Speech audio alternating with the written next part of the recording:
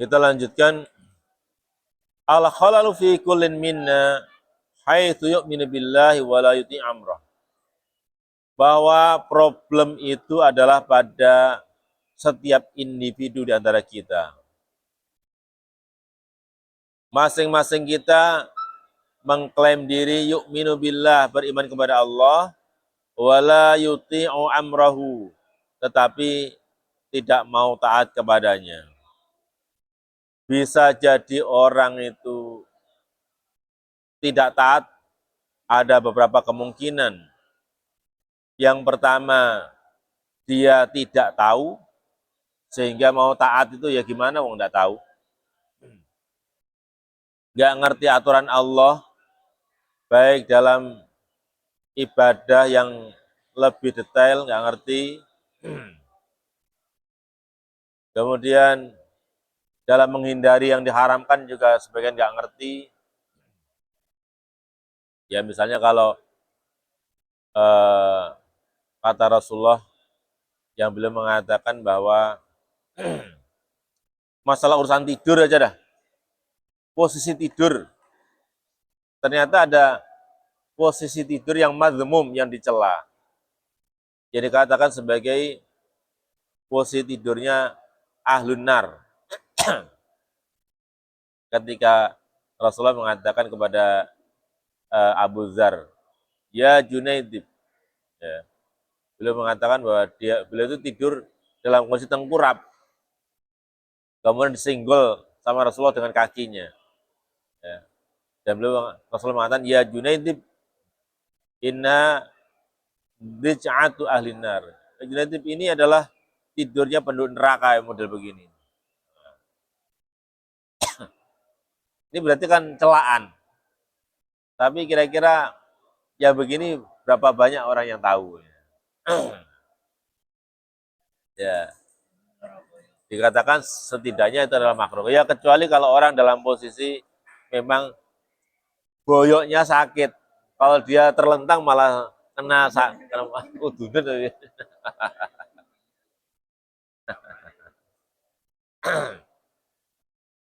Ya, termasuk masih banyak hal yang sebenarnya menjadi bagian kewajiban kita. Hal-hal yang besar yang sebenarnya menjadi kunci kekuatan kaum muslimin adalah diantaranya adalah al-ukhuwah. Innamal mu'minuna ikhwah. Bahwa sesungguhnya orang-orang beriman itu bersaudara. Faslihu dzata bainikum. Maka islahlah. Orang yang congkrah, yang sengketa itu didamaikan, diakurkan. Wala tanazau fatafshalu wa tadhhabu rihukum. Jangan kamu gontok-gontokan, bercerai-berai, ya, maka kemudian akan hilang kekuatanmu, akan lemah, akan gentar.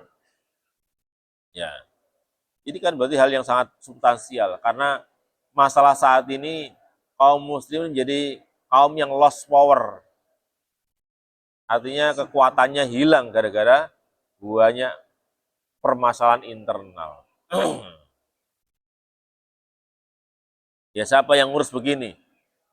Ya masing-masing kita bermasalah. Ya, masing-masing kita bermasalah. Wa yuhibbu Rasulullahi wa la yatma'u nahjahu.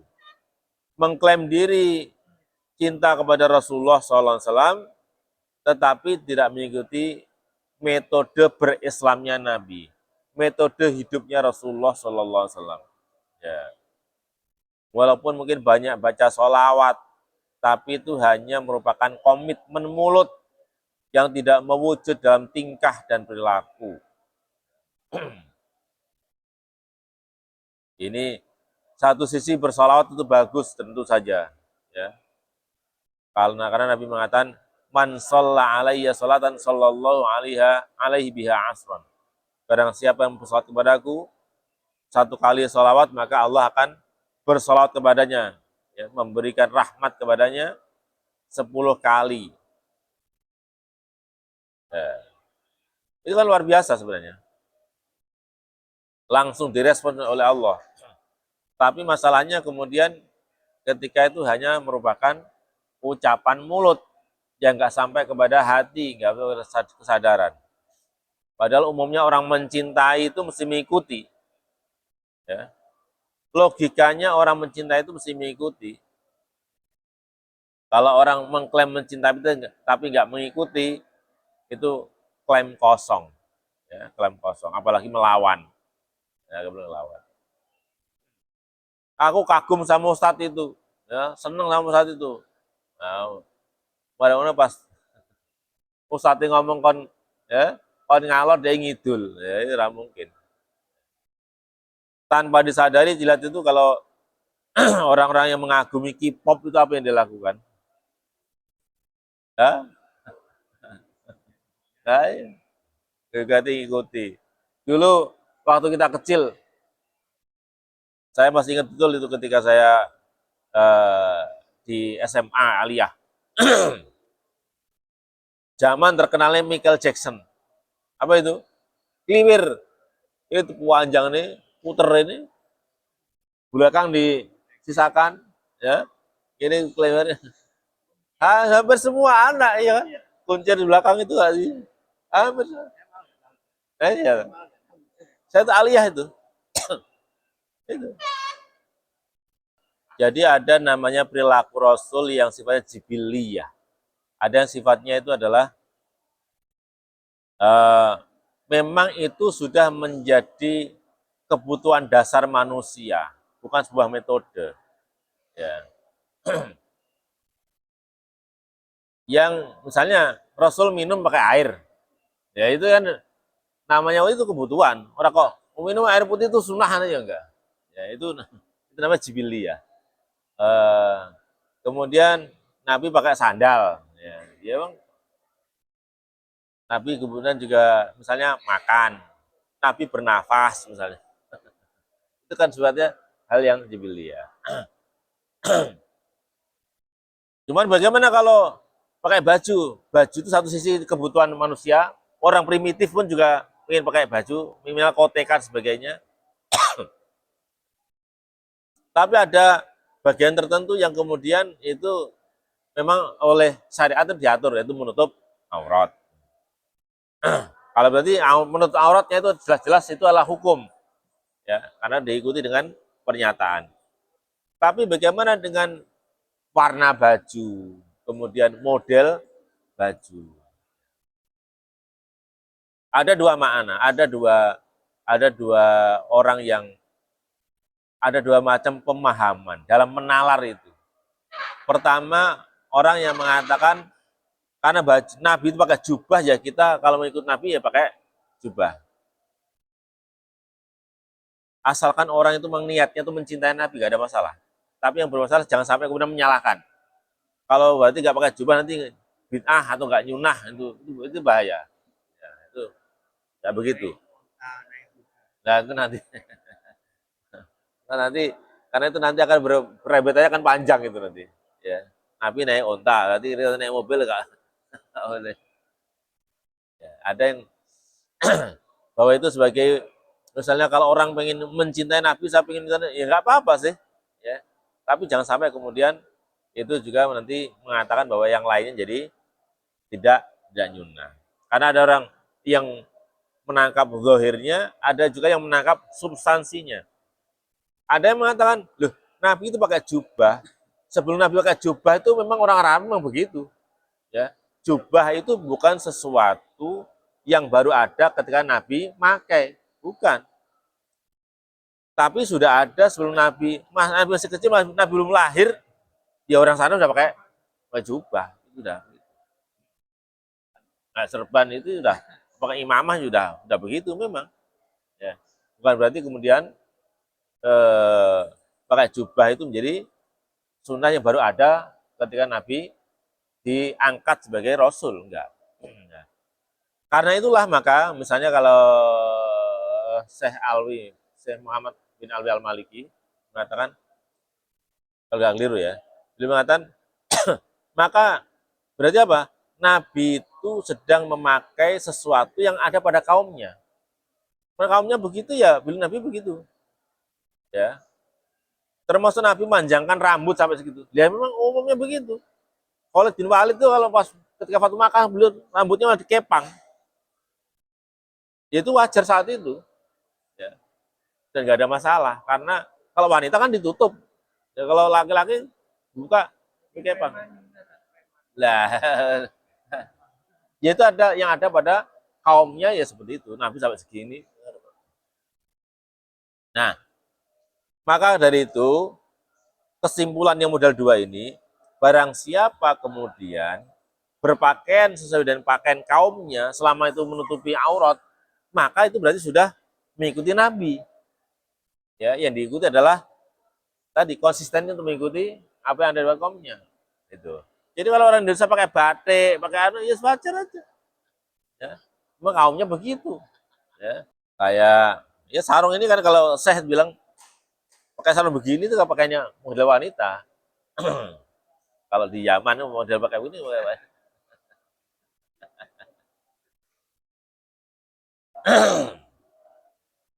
Yaman itu sesuatu yang dibatasi oleh tempat. Ya kayak ada hal-hal yang standar-standar itu yang syariat hanya memberikan apa ya garis besarnya, nggak boleh menghina orang, ya kan? Tapi wujudnya menghina orang itu kan macam-macam sesuai dengan adat masing-masing. Atau melakukan hal-hal yang itu dinilai menghina. Ya, contohnya kalau orang Surabaya bilang CUK, dalam Blitar CUK itu kan hina sekali. Mungkin di Surabaya biasa aja. Lah orang apa Arab nggak paham apa CUK itu. Ya. Kalau sekarang model sentuhan dari kemarin yang kita terangkan, orang kita itu kalau ketemu orang kemudian dua blok pantate barang kan nggak apa-apa, ya. Tapi lah nyekel dase, wah ini penghinaan ini. Apalagi nyekel jenggot ini. Nah beda lagi orang sana. Lah pokoknya cekel dasar apa-apa, tapi cekel ngisore, wah penghinaan. Nah itu kan namanya sebenarnya substansinya sama. Nggak boleh menghina orang itu nggak boleh. Tapi wujud dan ekspresi mana menghina, mana menghormati itu berbeda standar. Ya, berbeda standar. Ada juga hukum itu nggak semua dalam sampai pada tingkatan praktis operasionalnya. Bisa jadi globalnya sama tapi parsialnya atau detailnya berbeda. Ya, ini pentingnya kita tadi mengikuti Nabi itu juga ada yang substansial, ada yang sifatnya formal zohirnya.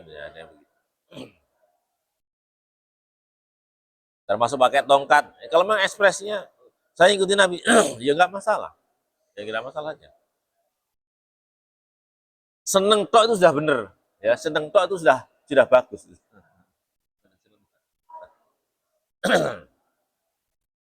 Nah, tapi seringkali orang itu hanya mengatakan cinta Nabi, tapi tidak ngerti caranya atau nggak ngerti sebenarnya bagaimana sih perilaku Nabi itu kayak apa. Ya.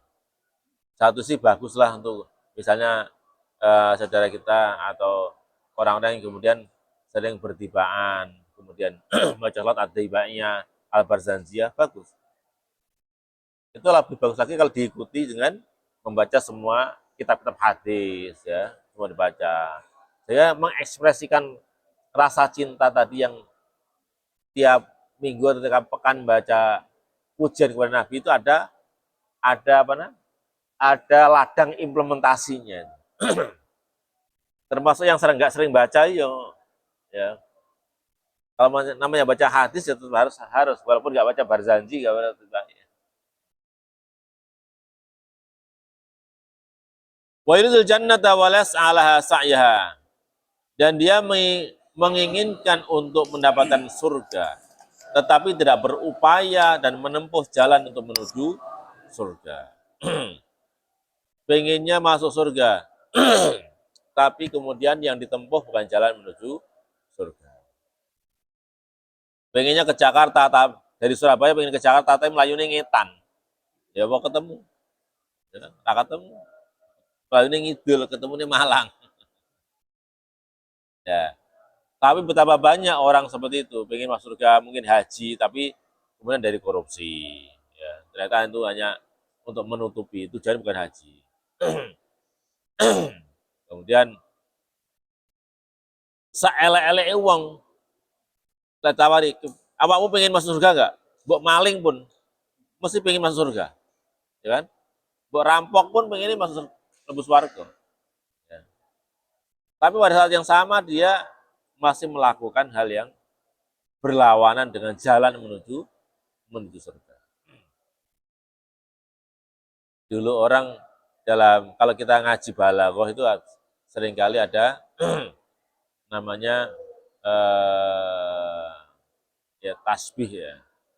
Tarjun najata walam tasuk masalika innas safinata la tajri 'alal yabas. Ini termasuk syairnya orang dulu. Kamu ingin selamat walam tasluk masalika, tapi kamu tidak menempuh jalan menuju keselamatan itu. Kamu ingin sukses, tapi kamu tidak menempuh jalan menuju kesuksesan itu. Beliau menyamakan dan menganalogikan dengan mengatakan pada berikutnya, pada potongan berikutnya, innas safinata la tajri alal yabasi. Sesungguhnya perahu itu tidak mungkin berjalan di darat. Karena settingannya perahu itu jalan di air. Ada apa bagian bawahnya yang bendol itu kan. Itu nggak mungkin berjalan darat. Banyak orang yang kemudian misalnya ada saudara kita dulu yang jelas-jelas sudah sakit keras. Semua orang dokter mau terutama sudah mengatakan kalau antum pengen sembuh nggak pengen, tapi nggak mau minum obat, nggak mau menempuh apa, nggak mau treatment apapun, nggak mau makan, nggak mau minum, lah piye? Ya pasti akhirnya wafat. Ya.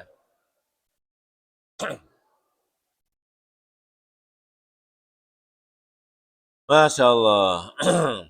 Wa yakhafun nar wa yaslaku sabil ahliya. Dia takut neraka, tetapi pada saat yang sama justru dia sedang menempuh jalan menuju neraka. Semua orang mesti sadar ya, betapa neraka itu adalah kalau neraka itu hal yang panas ya, panas minimalnya saja kalau nginjek kaki nginjek satu bara maka otaknya mendidih. Dan dibuktikan lek masak itu mau ngambil panci mesti kayak jampel ya. Raga jampel kicat-kicat ini. Ya. Ya kan? Kecipratan minyak goreng kecipratan minyak ya menghindar. Ya ngerasa nih ya sadar. Ya. Tapi yang seperti itu kadang-kadang nggak terhubung dengan sesuatu hal yang sangat pasti keberadaan neraka. Kalau api dan panasnya dunia jelas-jelas sudah dia rasakan, panasnya neraka yang berlipat-lipat, tapi kemudian dia masih berani-beraninya untuk apa? Untuk dia langgar, ya. Bahkan malah dengan sadar dia menuju ke sana, itu kan aneh. Tapi itulah manusia, ya itulah manusia. Mung gara-gara tuh saya kira ketok, nih kan. Gara-gara kan itu aja. Tapi ada sesuatu yang orang tuh nggak kelihatan, tapi sudah antisipasi.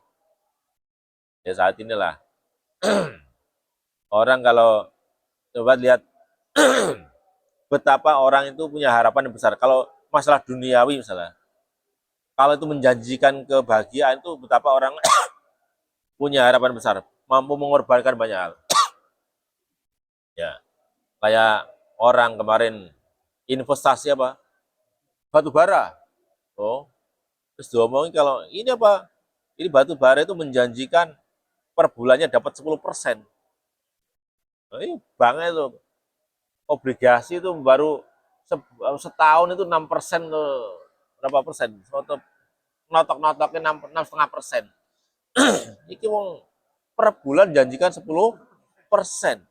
Itu kalau semua orang waras itu pasti itu prank, itu pasti prank. Sudah nggak logis, pasti prank. Tapi banyak orang, apalagi orang enggak pernah kenal hukum ekonomi, sedang pengen sugih, ya, brol-brol mbak tolong atus, hilang, ya, hilang langsung. Itu kayak orang investasi jalan tol. Jalan tol itu per kilonya itu biasa saja itu adalah investasi 100 miliar. Kapan BEP kembali modal? 30 tahun. Umur 60 tahun investasi.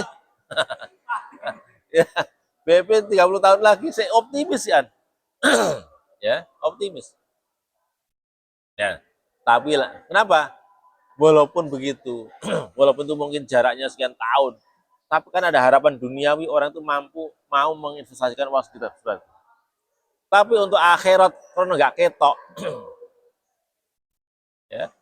Ini rapat sing antri, sholat subuh, qobliyah itu jekatan khairun minad dunya wa ma fiha. Masjid sakmene ora penuh, ya kan? Ya, nggak penuh ini masjid untuk jamaah sebagainya nggak penuh. Karena nggak ada sesuatu yang tampak. Tadi kalau ada sesuatu yang tampak ada harapan, walaupun jelas hilang antri. Tapi di masjid nggak ada sing antri. Tapi kata Nabi, ya, belum ingatan. Kalau orang tahu bagaimana fadilah orang sholat isya itu berjamaah, Nabi nanti.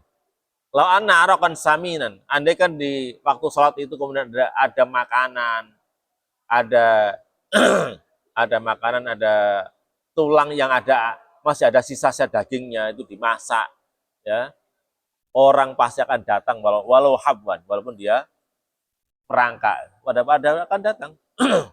Ngger sholat dua soto misalnya, dua yopo, itu teko. Tak penting sholat, yang penting makan. Ya kayak kemarin itu, kayak kakak saya ketika Jumat itu, ya saya ceritakan. Dulu mungkin ngasih orang karena sedikit orangnya kayak 10.000 karena mesak nih. Nular sampai wah kayak wong. Terus dikasih dua ewu sing ngantri. Dua ewu sing ngantri. Itulah kalau jenenge sesuatu yang ketok itu sangat menarik. Pahala itu krono apa? Krono ndak ketok. Ya maka nggak menarik, walaupun gede nggak menarik. Walaupun itu nggak ada wujudnya, Pak Yasin pakai ini ada e-bankingnya, walaupun cuma digit kok. Nggak ada wujudnya. Tapi masalah kan nggih blonjo. Ya. Oleh gaji emang tutik pemberitahuan kredit masuk. Masalah kan kena nggih blonjo. Lah pahala itu besar tapi ra kena nggih blonjo. Ya masalah makanya nggak begitu menarik. Cuman belanjanya nanti ketika kita masuk kubur itu baru, nah itu masalahnya. Hanya mungkin jarak beberapa waktu sebenarnya. Tapi jarak beberapa waktu itu walaupun 10 tahun, 20 tahun, 30 tahun, urusan dunia menarik. Tapi walaupun 10 tahun lagi kira-kira umur 10, umur 90 barang ini saya investasi, enteng itu saya enteng. Tapi untuk asas akhirat kadang-kadang saya siapot. Ya, padahal itu kata Al-Ghazali bahwa semestinya orang yang berilmu itu harus minimal orang berilmu adalah orang yang mengetahui, meyakini bahwa akhirat itu lebih pasti daripada dunia. Itu baru ciri orang berilmu. Ya, minimal orang berilmu itu tahu kalau akhirat lebih pasti daripada dunia. Toh istilah kita pun dunia fana. Semua orang mengatakan begitu. Tapi ternyata lebih dikejar daripada yang pasti, yang abadi. Baik. Ya, semoga jadi bagian kesadaran kita semuanya. Amin. Assalamualaikum warahmatullahi wabarakatuh.